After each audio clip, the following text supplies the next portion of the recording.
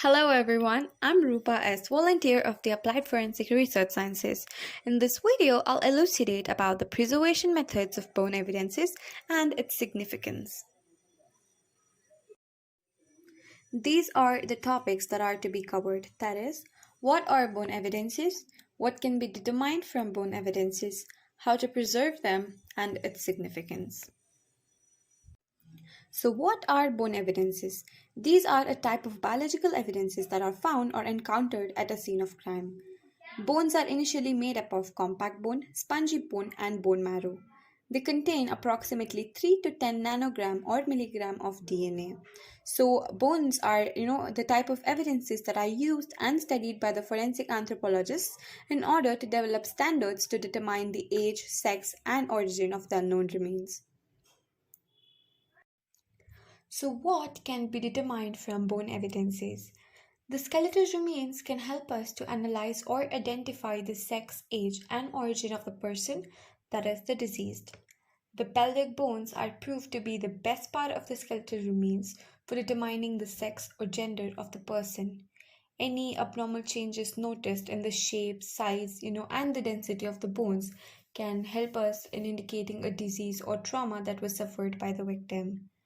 Now, in case of unhealed fractures, bullet holes, and other such marks, the cause of death can be revealed. Moving on to how to preserve the bone evidences. Now, bone evidences are picked up with a clean pair of forceps, or it can be hand picked if they are larger in size, wearing a sterile gloves.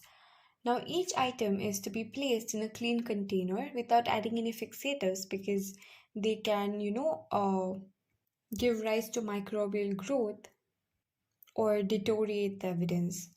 Now, the containers are, properly sealed, labeled, and stored in the freezer, and the evidence must be submitted to the forensic laboratory as soon as possible so as to preserve the integrity. So, the evidence or the specimen can be refrigerated at around -20 to even -40 degrees Celsius and can also be preserved for up to 6 months.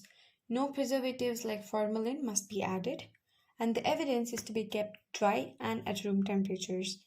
Now, the direct sunlight, acids, and humidity must be avoided at any cost because it can retain moisture or can be proved harmful to the DNA. Moving on to the final topic, that is the significance of bone evidences. Now, bone evidences can reveal vital information like, the gender, origin, stature, age, fatal injuries, or disease that were present.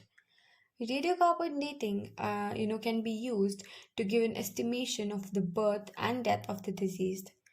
The cause of death can also be, analyzed through the bone evidences.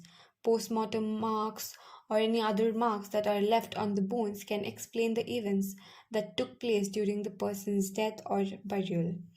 And finally, the skeletal remains can also, aid in reconstruction of events that surrounded the death and can also be able to help in identifying and determining the manner and the process of death.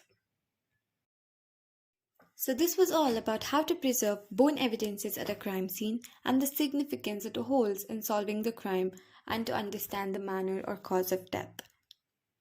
I hope you found this video informative and helpful. Thank you so much for watching.